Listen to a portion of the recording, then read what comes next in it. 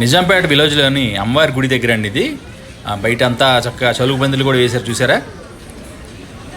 ఇది బండారి లేఅవుట్ దగ్గర అండి, ఆంజనేయ స్వామి గుడి దగ్గరలోనే ఉంటుంది అది.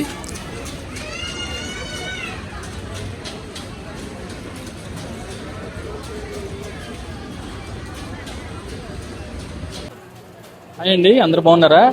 అంటే ఇప్పుడు ఇవాళ నుంచి నవరాత్రులు స్టార్ట్ అవుతున్నాయి కదండి. ఇవాళ బాలా త్రిపుర సుందరి దేవి అవతారం అండి. ఓకే, ఇక్కడ ఇప్పుడు నిజాంపేట గుడి అండి, ఇది నిజాంపేట విలేజ్ లో ఇప్పుడు ఉన్న ఇది టెంపుల్ అండి, ఇది అమ్మవారి టెంపుల్. ఓకే, మీకు ఇక్కడ కొంచెం చూపిస్తాను. మీకు జనం అంతా భక్తులందరూ బాగా వచ్చారు. ఒకసారి నేను చూపిస్తే ఇక్కడ ఏమి యాక్టివిటీ జరుగుతున్నాయో. ఇదిగోండి, ఇక్కడేమో హోమం జరుగుతుందండి. హోమం జరిగింది పొద్దున్న, ఇదంతా చూడండి. ఇక్కడ చక్కగా హోమం చుట్టూ ప్రదక్షిణ కూడా చేస్తున్నారు. వచ్చి ఇది అమ్మవారిని ఇక్కడ ఇట్లా పెట్టారు. అమ్మవారిని చూడకుండా ఎంత అందంగా ఉన్నారో.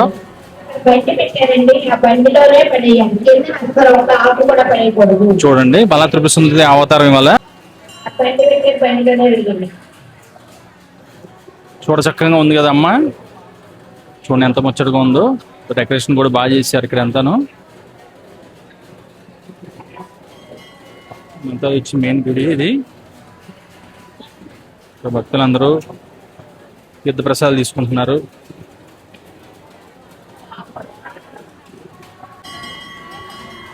ఇక్కడ మనకి ప్రధాన పూజారులు ఉన్నారండి, అర్చకులు. వారిని అడిగి తెలుసుకుందాము. ఈసారి దసరాకి అంటే 11 రోజులు వచ్చినాయి, 11 అవతారాలు వచ్చినాయి. దాని గురించి ఏంటి, ఇక్కడ అవతారం అమ్మవారి అవతారం ఏముందో అన్ని ఒకసారి దసరా పండుగ గురించి అడిగి తెలుసుకుందామండి. సార్ నమస్తే. నమస్తే అండి. నమస్తే సార్, మీ పేరండి? నా పేరు సత్యనారాయణ ఆచార్యులు అండి. సార్, ఆచార్య గారు, ఈసారి అమ్మవారికి 11 రోజులు వచ్చాయి అంటున్నారు. అంటే అవతారాలు ఏంటి కొంచెం చెప్తారా? అంటే చెప్పండి. సహజంగా అమ్మవారి యొక్క నవరాత్రి మహోత్సవాలు 9 రోజులు వచ్చేవి, ఒక్కొక్కసారి 10 రోజులు కూడా వచ్చేవి. నవరాత్రులు 10 రోజులు వస్తే సరిపోయేవి, ఒకసారి 9 రోజులే వచ్చేవి.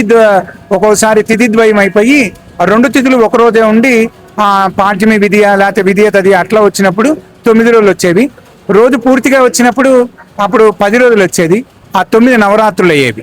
అయితే ఈసారి అనుకోకుండా తిథి ఇంకొద్దిగా సమయం పెరగడం ద్వారా 11 రోజులు రావడం జరిగింది. అయితే ప్రతి వాళ్ళు అనుకుంటున్నారు 9 రోజులు వస్తే ఏంటో ఫలితం, 10 రోజులు వస్తే ఏంటి ఫలితం, 11 రోజులు వస్తే ఏంటి ఫలితం. ఉత్సవము అంటే ఉత్సాహంగా చేసేది, భగవంతుడి మీద ప్రేమతో మనం చేసేటువంటిదే ఉత్సవం. అయితే ఈ 9 రోజులు వచ్చినప్పుడు ఎంత ఉత్సాహపడ్డామో దానికంటే రెట్టింపుగా 10 రోజులు వచ్చినప్పుడు కూడా మనం ఉత్సాహపడ్డాం. అయితే ఈసారి భక్తులందరూ కూడా అమ్మవారి సేవలో 11 రోజులు వచ్చినందుకు ఇంకా ఆనందపడుతున్నారు. ఇంకొక రోజు పెరిగింది, ఇంకొక ఉత్సవం చేసుకోగలిగామని. అయితే మన దేవాలయంలో చక్కని అలంకారాలన్నీ చేస్తున్నాం.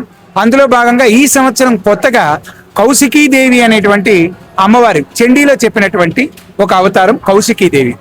అంటే అదనంగా మీరు 11 రోజు కానీ అంటే మధ్యలో ఒక రోజు కానీ మీరు కౌశికీదేవిని అవతారంగా చూపిస్తారు. కౌశికీదేవి అని అమ్మవారి యొక్క చక్కనిదైనటువంటి అలంకారాన్ని మనం చేయటం జరుగుతుంది. 28వ తారీఖు 28/9/2025 ఆదివారం రోజున కౌశికీదేవి అని చండీలో చెప్పబడినటువంటి విధంగా ఆ అమ్మవారు రూపాంతరాలు చెందుతూ వచ్చింది. అందులో కూడా సరస్వతీదేవిగా, లక్ష్మీదేవిగా, బాలాగా, కాళీగా, చక్కగా ఈ అమ్మ కౌశికీదేవిగా ఈ అవతారాలు ఎత్తుతూ వచ్చింది. అందులో ఆ కౌశికీదేవి అవతారాన్ని ఇందులో మనం ఇక్కడ చేసుకోవడం జరిగింది.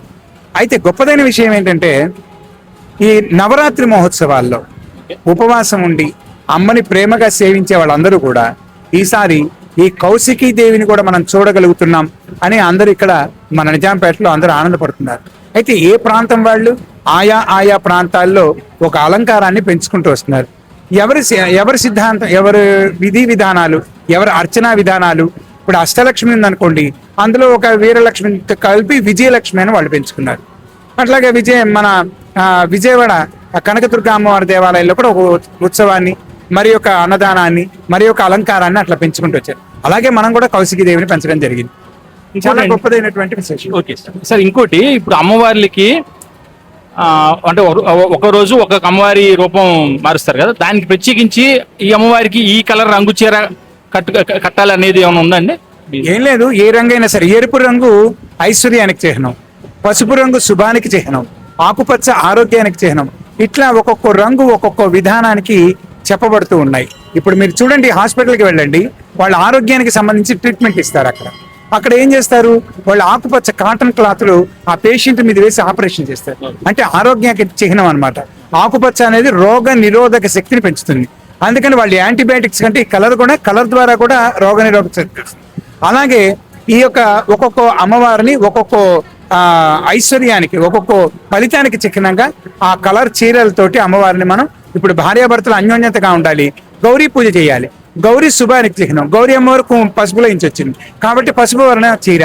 అట్లా బాలా త్రిపుర సుందరి అందరికి చిన్నపిల్లలాగా ఉంది, అందరికి ఆనందాన్ని ఇస్తుంది కాబట్టి ఆకుపచ్చ చీర.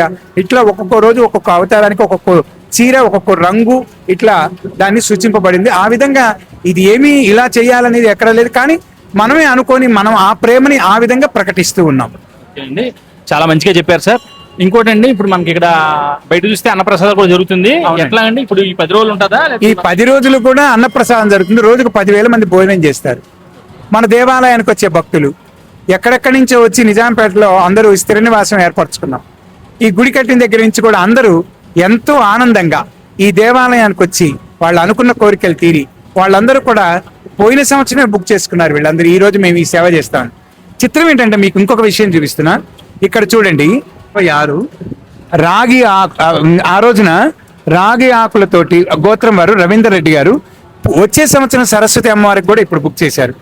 వచ్చే 2026 నుంచి కూడా ఇప్పటికే బుకింగ్ అయింది. ఇప్పుడు బుక్ లక్ష్మీ అమ్మవారి రథోత్సవం పులిపాల 1,50,000కి వాళ్ళు వచ్చే సంవత్సరం 2026కి బుక్ చేశారు. వీళ్ళు వారాహి అమ్మకి చీర అన్నదానానికి వాళ్ళు బుక్ చేశారు. వీళ్ళు కూడా మహాలక్ష్మి అమ్మవారికి చీర అన్నదానానికి 2026కి బుక్ చేశారు. ఇట్లా సంవత్సరం ముందే ఇక్కడ బుక్ చేయప్పటి నుంచే వచ్చే సంవత్సరానికి ఇప్పటి నుంచే వాళ్ళందరూ కూడా ప్రిపేర్ అవుతున్నారు. అంటే ఒక సంవత్సరం ముందు నుంచే ఇక్కడ అన్ని కూడా చేస్తారు. అనుకున్నది అనుకున్నట్టు నెరవేరిపోతాయండి ఇక్కడ. అందుకోసం అని చెప్పేసి భక్తులు 50 మంది కూడా అమ్మవారి సేవలో తరించడానికి వారందరూ కూడా తరిస్తూ వాళ్ళు అనుకున్న కోరికలన్నీ కూడా తీరుస్తున్నారు. ఆడ చూడండి అమ్మ, ఈ అమ్మ దుర్గమ్మ తల్లి. ఇలా దగ్గర అమ్మ, ఇలా రండి. మీకు ఒక గొప్ప విషయాన్ని తెలియపరుస్తున్నా. ఇప్పుడు ఈ అమ్మ దుర్గమ్మ తల్లి అని పిలుస్తాము. ఈ అమ్మ ఆ అమ్మవారి ఒంటి మీదకి వస్తుంది. మీకు ఎవరో కాదండి, ఈమె మనకు నిదర్శనం. ఇక్కడ వీళ్ళకి మనవడికి మాటలు రాలేదని అమ్మవారి దగ్గరికి తీసుకొచ్చి అన్నప్రాసన చేయించి తేనె ప్రాసన చేయించి పూజ చేయించింది. ఆ తల్లి వాళ్ళ కొడుకు ఇప్పుడు అమ్మ అని తాత అని ఇప్పుడు మాట్లాడుతున్నాడు, నాన్న అని. ఎంత ఆనందం చూడండి. ఆమె కూడా ఆమె మాటల్లో వినండి. చెప్పండి అమ్మ, మీ అనుభవం చెప్పండి. హోమం అన్ని చేయించామండి ఇక్కడ చెప్పి. హోమం అవి చేశారు స్వామి, చేయించాం.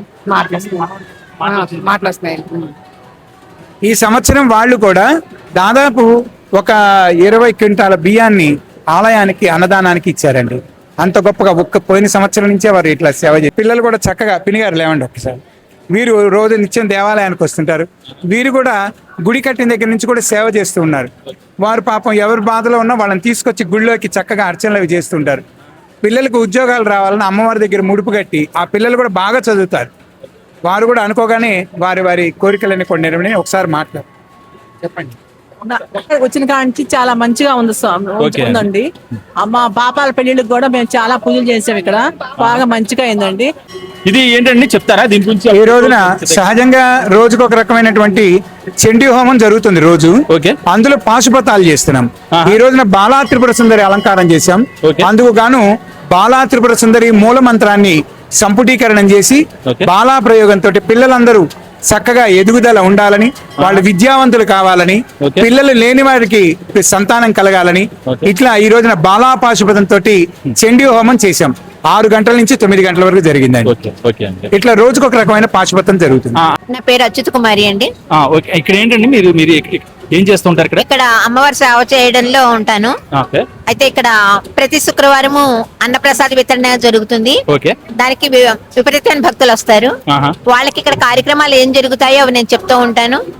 తర్వాత వాళ్ళ అన్నదానానికి కూడా వాళ్ళు సహకరిస్తూ ఉంటారు. ఆ తర్వాత ఇక్కడ వారాహి నవరాత్రులు జరుగుతాయండి. అవి కూడా చాలా అత్యంత వైభవంగా జరుగుతాయి. ఆ తర్వాత ఇప్పుడు దేవి నవరాత్రి ఉత్సవాలు జరుగుతున్నాయండి. ఈవేళ నుంచే ప్రారంభమయ్యాయి. ఈ రోజు అమ్మవారి యొక్క బాల త్రిపుర సుందరి అవతారం తోటి బాల పాశుపత హోమం ఇక్కడ నిర్వహింపబడిందండి.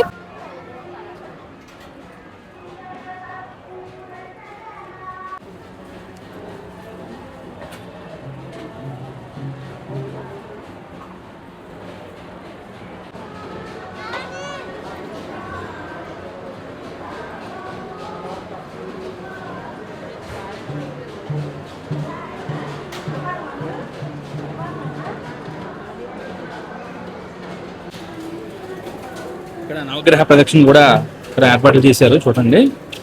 ఇక్కడ మనకి అంటే వేరే అన్ని గుళ్ళు లాగా కాకుండా ఇట్లా స్టాండ్ లో పెట్టినట్టు ఉందండి. ఇక్కడ ఒకవేళ అన్ని అవసరాలు ఇక్కడ ప్రదక్షిణ చేసుకోవచ్చు అన్నమాట. ఇక్కడ బయట చూద్దాము. ఇక్కడ చూడండి భక్తులందరూ చక్కగా అన్న ప్రసాదం తీసుకుంటున్నారు. అంతా బాగా 10 రోజులు ఇక్కడ జరుగుతుందని చెప్పారు కదా మనకి ఇందాక పంతులు గారు. అలాగే ఇక్కడ అంతాను ఇట్లా భక్తులు ప్రతిరోజు ఇట్లాగొచ్చి అమ్మవారిని పూజించుకుని ఇక్కడ ప్రసాదం తీసుకుని వెళ్తారు అన్నమాట.